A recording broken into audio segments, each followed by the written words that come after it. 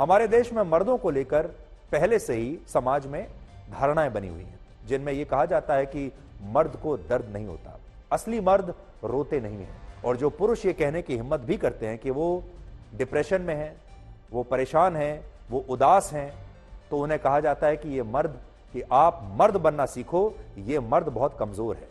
और इन धारणाओं की वजह से हमारे देश के पुरुष सारे दुख दर्द सहते हुए भी कभी अपने मन की बात किसी से कह नहीं पाते और उनकी तकलीफों की कभी समाज में या परिवार में चर्चा तक नहीं होती।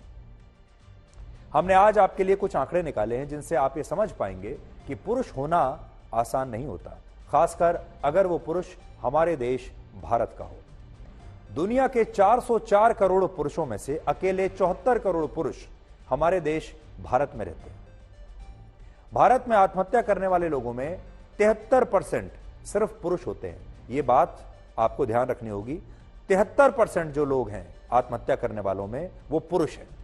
इनमें भी ज्यादातर पुरुषों की आत्महत्या का कारण पारिवारिक ही होता है, जिसमें कई बार ऐसा होता है कि वो अपने परिवार और अपनी पत्नी से ये कह नहीं पाते, बता नहीं पाते कि अलग अलग वजहों से, जैसे कभी नौकरी के चले जाने की वजह से या दूसरे कारणों से वो परिवार का जो बोझ है वो नहीं उठा पा रहे हैं, खर्चा नहीं उठा पा रहे हैं। लेकिन शुरुआत से ही एक पुरुष को समाज में इस तरह से ढाल दिया जाता है कि पूरे परिवार की जिम्मेदारी उसी की है और वो इस जिम्मेदारी से बच नहीं सकता। इसलिए जब परिवार की अपनी जरूरतें होती हैं, बच्चे को जूता चाहिए होता है, उससे दूसरे बड़े बच्चे को कॉलेज में फीस जमा करनी होती है, बच्चों की अपनी अपनी अलग अलग महत्वाकांक्षाएं होती हैं, पत्नी के अलग सपने होते हैं, तो एक आम पुरुष जो होता है वो अपने सपनों को भूल जाता है और फिर सिर्फ परिवार के सपने और परिवार की जरूरतों को पूरा करने में ही अपना पूरा जीवन निकाल देता है।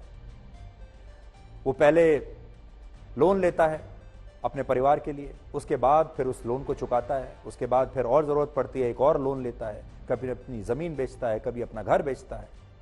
वर्ष 2021 में जिन 1,18,000 पुरुषों ने आत्महत्या की थी, उनमें से 57% पुरुषों की आत्महत्या का कारण आर्थिक तंगी था। और यहां बड़ी बात यह है कि हमारे देश में ज्यादातर परिवारों की आर्थिक जिम्मेदारी पुरुषों के कंधों पर ही होती है, फिर चाहे कोई पुरुष इस जिम्मेदारी को उठाने के लिए तैयार हो या ना हो। हमारे देश में जब कोई लड़का पैदा होता है तो बचपन में ही यह मान लिया जाता है कि वो लड़का बड़े होकर परिवार की आर्थिक स्थिति को बदलेगा और इस तरह से वो लड़का बचपन से ही एक तरह के दबाव में अपनी जिंदगी को जीना शुरू करता है। पहले एक पुत्र की भूमिका निभाता है, एक बेटे की सारी सामाजिक जिम्मेदारियां निभाता है, पारिवारिक जिम्मेदारियां निभाता है, उसके बाद पति की जिम्मेदारियां निभाता है और फिर एक पिता बनकर फिर पिता की जिम्मेदारियां निभाता है।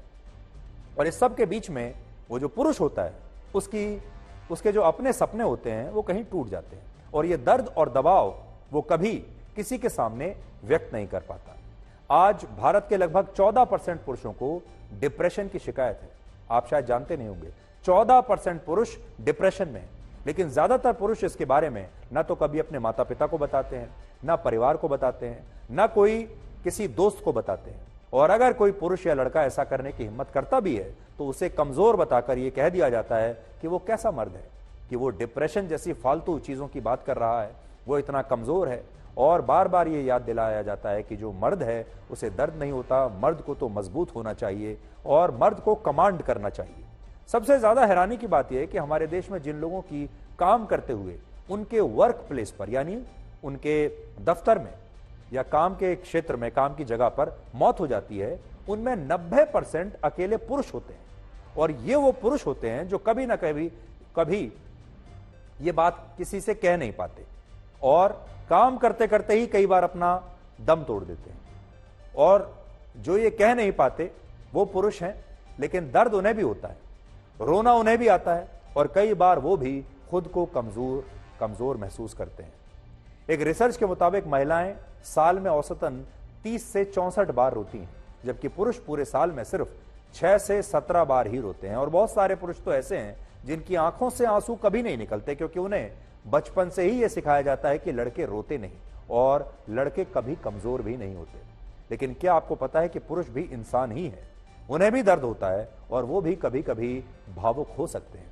लेकिन इतनी सी बात को हमारा समाज कभी समझने के लिए तैयार नहीं होता।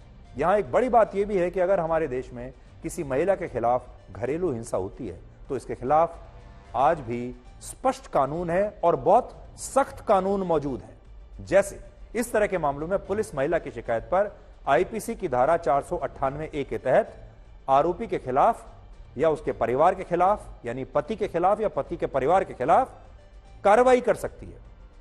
लेकिन पुरुषों के मामले में घरेलू हिंसा को लेकर ऐसी कोई धारा नहीं है, ऐसा कोई कानून नहीं है जो महिला आरोपियों के खिलाफ सजा को सुनिश्चित करता हो। इसलिए आज हम ये कहना चाहेंगे कि हमारे कानून में महिला और पुरुषों के खिलाफ बराबर कानून होना चाहिए। डोमेस्टिक वायलेंस में, घरेलू हिंसा के मामले में जैसा कानून महिलाओं के लिए बना है, उनकी मदद करने के लिए बना है, वैसा ही सख्त कानून पुरुषों की मदद के लिए भी बनाया जाना चाहिए।